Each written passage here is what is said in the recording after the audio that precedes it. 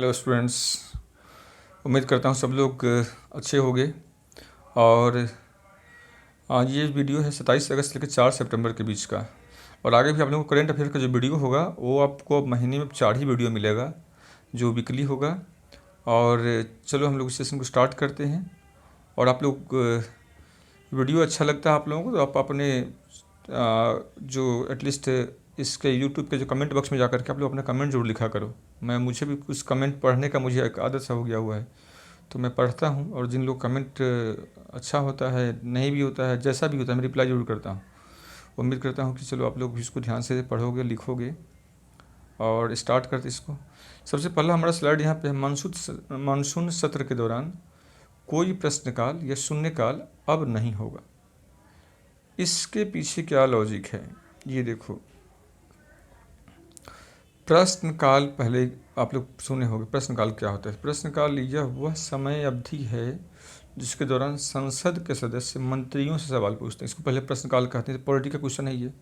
प्रश्नकाल कहते किसको हैं या शून्यकाल कहते किसको हैं? तो ये इंपॉर्टेंट हो सकता है इस बार के एग्जाम के लिए।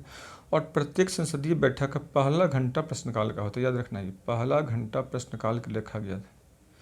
2014 में इसे राज्यसभा में सुबह 11 बजे से 12 बजे तक स्थानांतरित कर दिया गया। और इसमें निजी सदस्यों द्वारा भी प्रश्न पूछे जा सकते हैं। अब इसमें 3 प्रकार का प्रश्न पूछा जाता है अक्सर। एक होता है तारांकित प्रश्न, दूसरा होता है इसमें अतारांकित प्रश्न, और तीसरा इसमें होता है लघु सूचना प्रश्न। तारांकित प्रश्न का मतलब हुआ इन प्रश्नों के लिए मौखिक उत्तर की आवश्यकता होती है।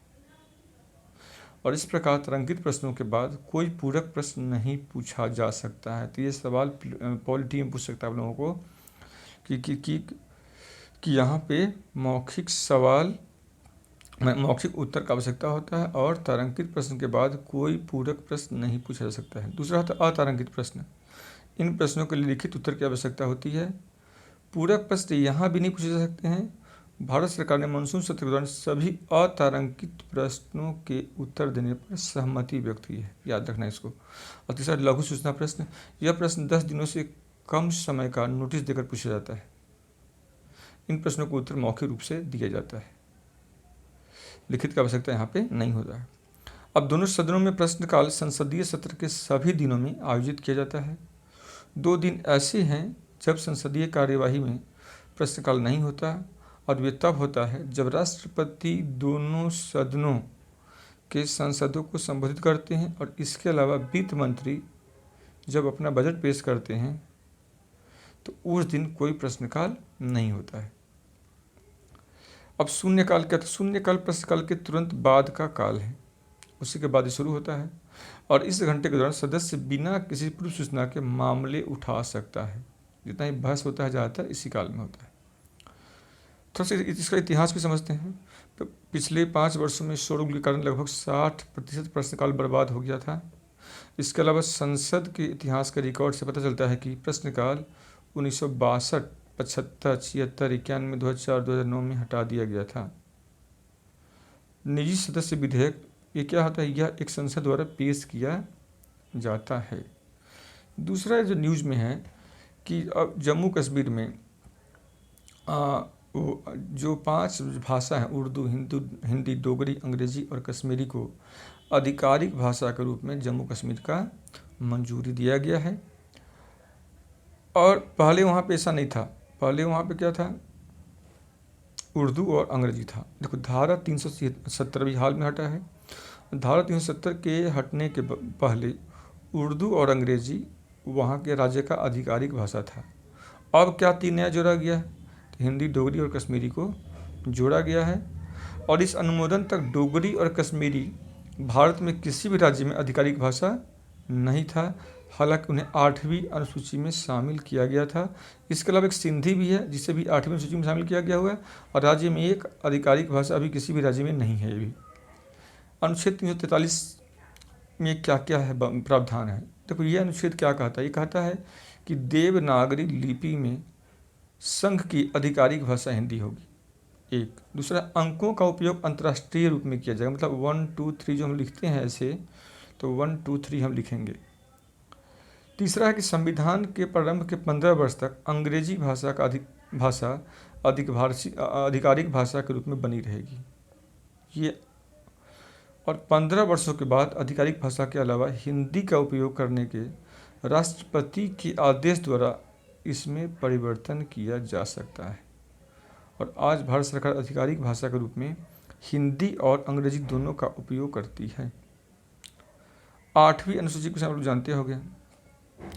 भारत का जो संविधान है इसमें जो 8वीं अनुसूची, इसमें 22 अनुसूचित भाषाएं हैं और इन्हीं भाषाओं को, 22 भाषाओं को राज्यों की आधिकारिक भाषा के रूप में सूचीबद्ध किया गया है। और पर इसके लिए राज्य कोई बाधित नहीं है कि वो कोई भाषा को नहीं चुने। वो संसदीय जो कार्यवाही है, तो संविधान के अनुसार संसदीय कार्यवाही हिंदी या अंग्रेजी में की जाएगी। ये सवाल पूछता है, संसदीय कार्यवाही किसमें क्या होती है, सुप्रीम कोर्ट किस भाषा में चलेगा। संविधान व्यक्ति को अपने मातृभाषा में स्वयं को व्यक्त करने की भी अनुमति देता है यदि व्यक्ति हिंदी अंग्रेजी में व्यक्त करने में असमर्थ है। हालांकि इसके लिए सदन के स्पीकर की अनुमति की आवश्यकता नहीं होती है। न्यायपालिका की जहाँ तक बात है तो वहाँ पे क्या कौन सा भाषा, संविधान का सर्वोच्च न्यायालय और उच्च न्यायालय में कार्यवाही अंग्रेजी में होगी। हालांकि कुछ न्यायालयों ने राष्ट्रपति सहमति के बाद हिंदी का विकल्प प्राप्त कर लिया है, जिसमें मध्य प्रदेश, उत्तर प्रदेश, राजस्थान और बिहार शामिल है। संसद के पास कानून द्वारा इससे बदलने की शक्तियाँ हैं। हालांकि अब तक ऐसा नहीं किया गया चूँकि आवश्यकता हमें नहीं पड़ा है। अभी 2 सितंबर 2020 को भारत ने बीमस्टेक की बैठक में भाग लिया। अब बीमस्टेक की बैठक में भाग लेने का सीधा है कि भारत अपना जो क्षेत्रीय सहयोग उसको बढ़ाना चाहता है, क्योंकि पाकिस्तान से हमें पूरा असहयोग ही मिल रहा है और ये असहयोग इतना ज़्यादा बढ़ गया हुआ है, उसमें हम लोग अभी आगे बात करेंगे। हालांकि भारत का जो अपना पॉलिसी है वो क्या है, बीमस्टेक एक्ट ईस्ट और नेबरहुड फर्स्ट नीति पे भारत काम कर रहा है कि भाई पड़ोसी को वरीयता देना और एक्ट ईस्ट पॉलिसी की तरफ। तो हमारा स्वभाव तो ये है। अब बीमस्टेक में देखो, बीमस्टेक में कुल 7 देश हैं। नाम क्या क्या है, बांग्लादेश, भारत, म्यांमार, श्रीलंका, थाईलैंड, भूटान, नेपाल। जब इसका स्थापना हुआ था बैंकॉक में 1997 में, तो उस समय इसके संस्थापक देश 4 थे। वो था बांग्लादेश, श्रीलंका, भारत और थाईलैंड। बाद में 3 और जुड़ गए और अभी इसमें कुल जो देश हैं उनका संख्या कितना हो गया, 7। अब बीमस्टेक के राष्ट्रीय रक्षा प्रमुखों की पहली बैठक 2017 में हुआ था। इसका उद्देश्य सदस्य देश द्वारा आम सुरक्षा चुनौतियों पर चर्चा करना था। सवाल एक सार्क की जगह बीमस्टेक क्यों, हालांकि सार्क भी हुआ है तो या ब्रिक्स भी हुआ है, पर सार्क की जगह बीमस्टेक क्यों। देखो उड़ी हमला हुआ था पीछे 2000, तो उड़ी हमले के बाद क्या हुआ कि भाई हमारा जो संबंध है इस्लामाबाद से ख़राब हो गया। हमने उसका बहिष्कार शुरू किया और उसी बहिष्कार में से हमने जो 2016 में जो सार्क सम्मेलन था इस्लामाबाद में हुआ, उसका भी हमने बहिष्कार किया था। हमारे बहिष्कार कारण क्या हुआ, और भी कई जो देश हैं इसका उस सबने बहिष्कार किया। दूसरा कारण है कि भारत लाओस और वियतनाम जैसे दक्षिणी पूर्व देशों को बीमस्टेक के माध्यम से ज़मीन से जोड़ने में सक्षम होना चाहता है। तीसरा कि भाई पाकिस्तान खुले तौर पर अफगानिस्तान से और भारत से दुश्मनी रखता है। चौथा सबसे बड़ा कारण ये भी है कि साफ्टा जो सार्क प्रेफरेंशियल ट्रेडिंग एग्रीमेंट है, ये जो 2006 में लागू हुआ पूरी तरह से चालू नहीं हो पाया है। सार्क मोटर वाहन समझौता भी अंतिम निष्कर्ष पर पहुँचने में विफल रहा है। और भारत जो अपना सार्क उपग्रह जो पड़ोसी प्रथम नीति के तहत लॉन्च किया था, उसका नाम भारत को बदल करके साउथ एशिया सैटेलाइट करना पड़ा, क्योंकि पाकिस्तान इसमें शामिल होने से खुद को अलग कर लिया। ठीक वैसे ही अभी भारत शंघाई सहयोग संगठन का एक प्रमुख शिखर सम्मेलन है जिसमें उसके कई सारे प्रमुख लोग भाग लेंगे, उसका मेज़बानी नवंबर में करने वाला है। और आपको पता होगा कि 2005 तक एससीओ का भारत पर्यवेक्षक रहा है। 2017 में पाकिस्तान के साथ एससीओ का भारत सदस्य बना। ये सवाल पूछ सकता है कि भारत एससीओ का सदस्य कब बना। ठीक है ना, भारत इसके सदस्य बनने से भारत और क्या क्या चाहता है, तो भारत पहले ही चाहता है कि मध्य एशियाई क्षेत्र में अपने व्यापार को भारत बढ़ाना चाहता है। एक तो एससीओ में जो भी सदस्य देश के साथ अपना सहयोग का विस्तार करना चाहता है। 2 और भारत का जो कॉन्टेक्ट सेंट्रल एशिया पॉलिसी है, ये इसके माध्यम से भारत इसको हासिल करना चाहता है। ये है। अब कनेक्ट सेंट्रल एशिया पॉलिसी क्या है? ये जो नीति है ये 4C पे आधारित है। 4C का यहाँ पे अर्थ है commerce, consular, connectivity and community. ये जो नीति है 4C, ये Kyrgyzstan, Kazakhstan, Uzbekistan, Tajikistan, Turkmenistan जैसे 5 देशों पर केंद्रित है। और भारत का इरादा है कि इन देशों के साथ ऊर्जा सुरक्षा सहयोग पर कार्य करना, क्योंकि यह देश यूरेनियम तेल और गैस से संपन्न है। और कजाकिस्तान के साथ भारत के मजबूत परमाणु समझौते भी हैं। भारत तापी पाइपलाइन पर भी वार्ता कर रहा है और यह क्षेत्र प्राकृतिक गैस, कपास, कच्चे तेल, सोना, एल्युमिनियम आदि के लिए काफ़ी महत्वपूर्ण है। और भारत का एकमात्र विदेशी जो हवाई अड्डा है वो फारखोर तजाकिस्तान में स्थित है। ये अभी हाल में चीन ने अपना एक मिसाइल लॉन्च स्टेशन बनाया है। हालांकि ये कथित बातें हैं, पर जो जानकारी है इसके हिसाब से अगर देखें तो इसमें इसके पीछे चीन का इरादा क्या समझते हम लोग हैं। चीन तिब्बत का अधिक सैन्यकरण करना चाहता है और उसके पीछे जो कारण है उस पर हम लोग थोड़ा देर में बात करेंगे। पहले समझते हैं इसके तहत इसने किया गया है। चीन ने इस क्षेत्र में अपना जो मिसाइल DF-21 इसको लगाया है और भारत द्वारा जो निर्मित जो लिपू लेख है उस पर वो कभी भी भारत के पक्ष में नहीं है, उसके विरोध में ही वो हमेशा बयान देते रहता है और कुछ ना कुछ गतिविधि लगातार अपना कर ही रहा है वो। देखो DF-21 जो मिसाइल है चीन का, इसका रेंज है 2200 किलोमीटर।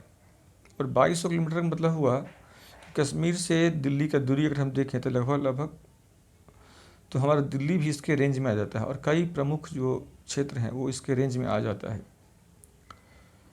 2006 और 2010 के बीच चीन ये जो क्षेत्र है इसमें लगभग 180 परियोजनाओं को क्रियान्वित करने का उसने एक अपना बजट तैयार किया था और जिसमें उसने 14 छोटे हवाई पट्टी, 4 बड़े हवाई पट्टी, 17 रडार स्टेशन आदि का निर्माण शामिल किया था। और ताज़ा जो लद्दाख जो प्रकरण हुआ है जिसमें 22 भारतीय सैनिक मरे और लगभग 47 सैनिक चाइना के मरे, तो इन सब का जो शहादत है, इन शहादत के पीछे कहीं ना कहीं चीन का महत्वाकांक्षा है, उसका विस्तारवादी नीति है। अब कैलाश मानसरोवर हमारे लिए क्यों महत्व है? इसलिए चूँकि भाई एक तो है कि वहाँ पे भगवान शिव और ये हम लोग पार्वती माता का निवास स्थान मानते हैं। तिब्बती जो लोग हैं, जो बौद्ध हैं तिब्बती, वो इस पहाड़ को डेमचोंग और उनकी पत्नी डोरेज फाग्मो का निवास स्थान मानता है। जैन जो आध्यात्मिक गुरु हैं वो उसके जो 24 उसका अपना निवास स्थान मानता है। और बोन्स इस पर्वत को आकाश की देवी का निवास स्थान मानता है। बोन्स का बेसिकली एक तिब्बती एक धर्म है और बोन्स के जो अनुयायी हैं उसी को हम लोग बोनपोस कहते हैं। और सोनराब जो मीवो हैं इसी को बोन का जो सोनराब मीवो को संस्थापक माना जाता है। अब कैलाश मानसरोवर जो क्षेत्र है इससे कई सारी जो नदियाँ हैं उसका भी उत्पत्ति होता है। जिससे मतलब ये जो क्षेत्र सिंधु, सतलज, ब्रह्मपुत्र, कर्नाली नाम के 4 अंतर्राष्ट्रीय नदियों का उद्गम भी है। सिंधु भारत और पाकिस्तान से होकर बहती है, पता ही होगा सब लोगों को। ब्रह्मपुत्र भारत, तिब्बत और बांग्लादेश से होकर बहती है। कर्नाली की घाघरा भी इसी को कहा जाता है। अब है कि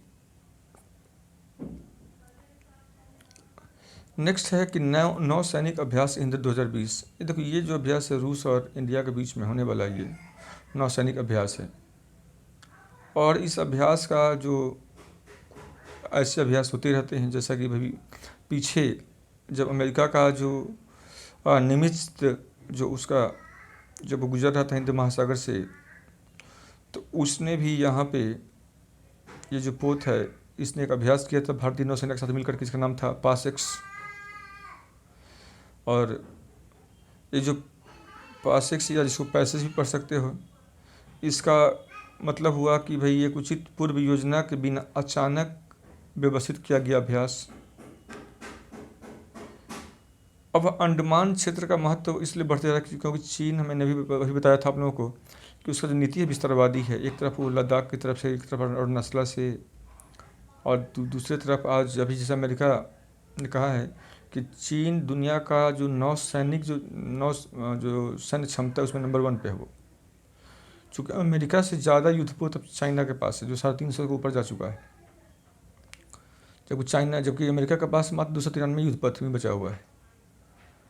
अब है कि इंडिया अगर अपनी तैयारी अंडमान में मजबूत नहीं बना कर रखता है तो चीन धीमे धीमे हिंद महासागर की तरफ से भारत को घेर सकता है, क्योंकि अंडमान वो क्षेत्र है जहाँ पे लगभग प्रत्येक वर्ष 60,000 से अधिक वाणिज्यिक जहाज गुजरता है, और चीन इसी क्षेत्र में मछली पकड़ने वाली नौका हो या पाकिस्तान और श्रीलंका के बंदरगाह की यात्रा के नाम पर या उसके जो एंटी पायरेसी जो शिप्स हैं उस गतिविधि के नाम पर अपना उपस्थिति दर्ज कराते रहता है वो।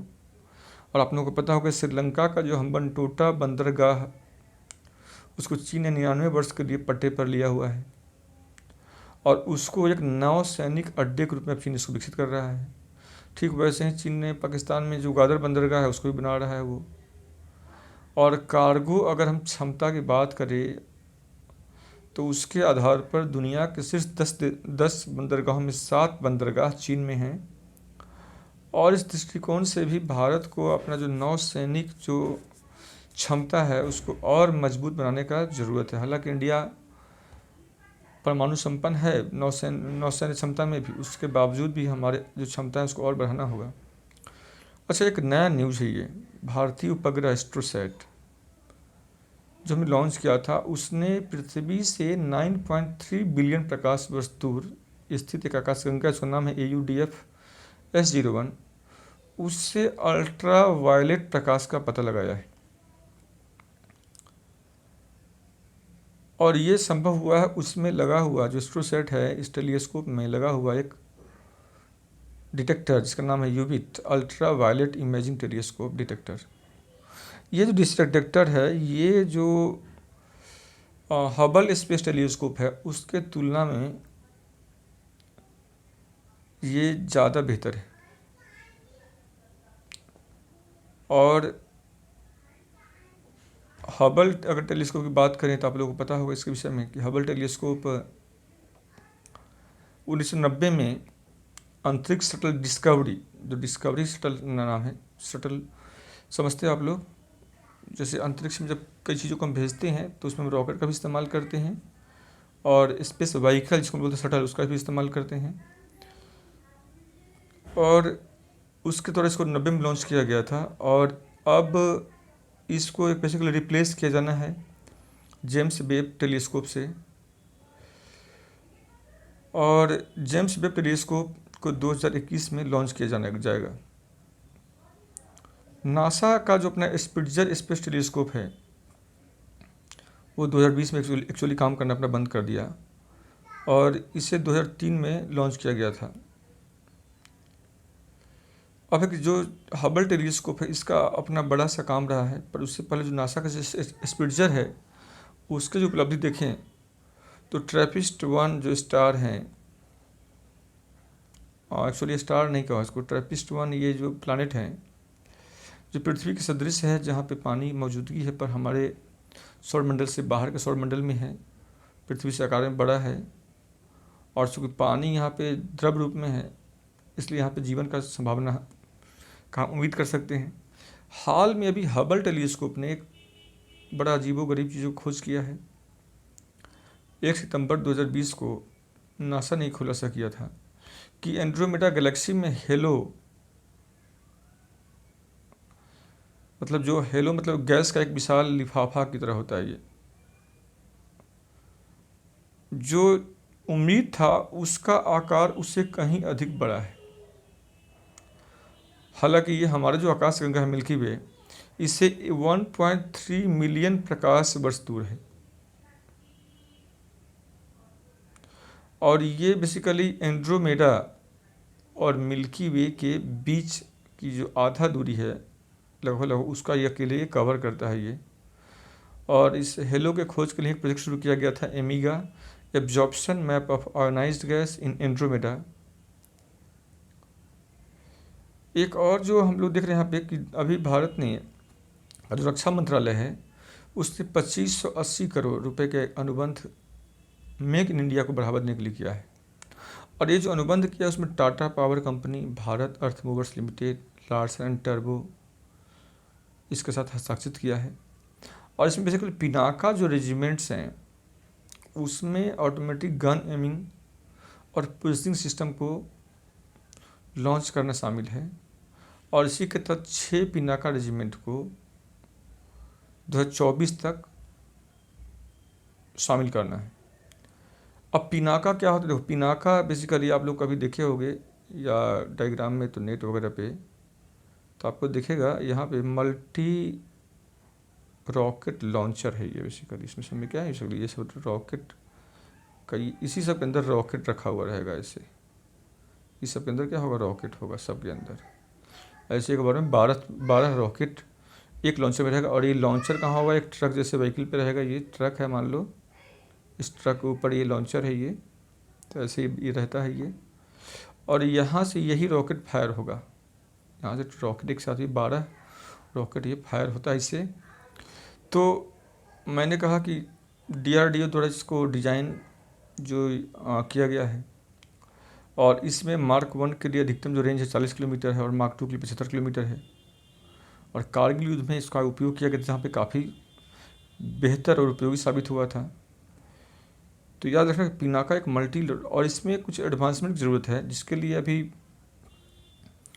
हमने इजराइल के साथ हाथ भी मिलाया है ताकि हम आगे चलकर पिनाका के साथ मानव रहित हवाई वाहन का जोड़ सकें और उससे पिनाका का उपयोग कर सकें, मतलब उसमें बिना मानव के पिनाका को हम लोग यूज कर सकें।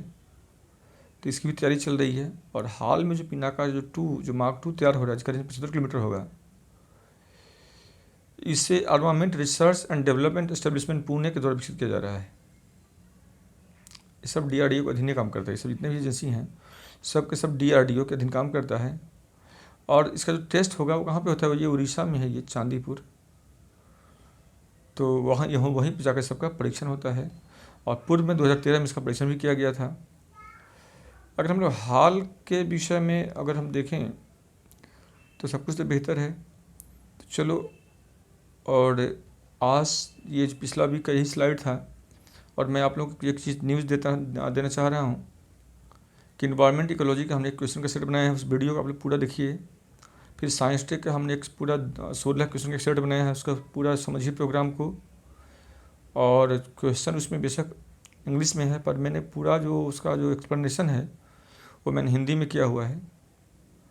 और एक वीडियो मैं आप लोगों को और दूंगा कि how to prepare and cracks in UPSC in first attempt in 30 days preparation. Means उसमें हम काफ़ी जो इम्पोर्टेंट टॉपिक हैं जो लास्ट मोमेंट में लोगों बच्चों को कवर करना चाहिए, तो वो मैं आप लोगों को देने वाला हूँ। तो आप उसको भी देखिए। और चलिए आज के लिए थैंक यू, थैंक्स, बाय।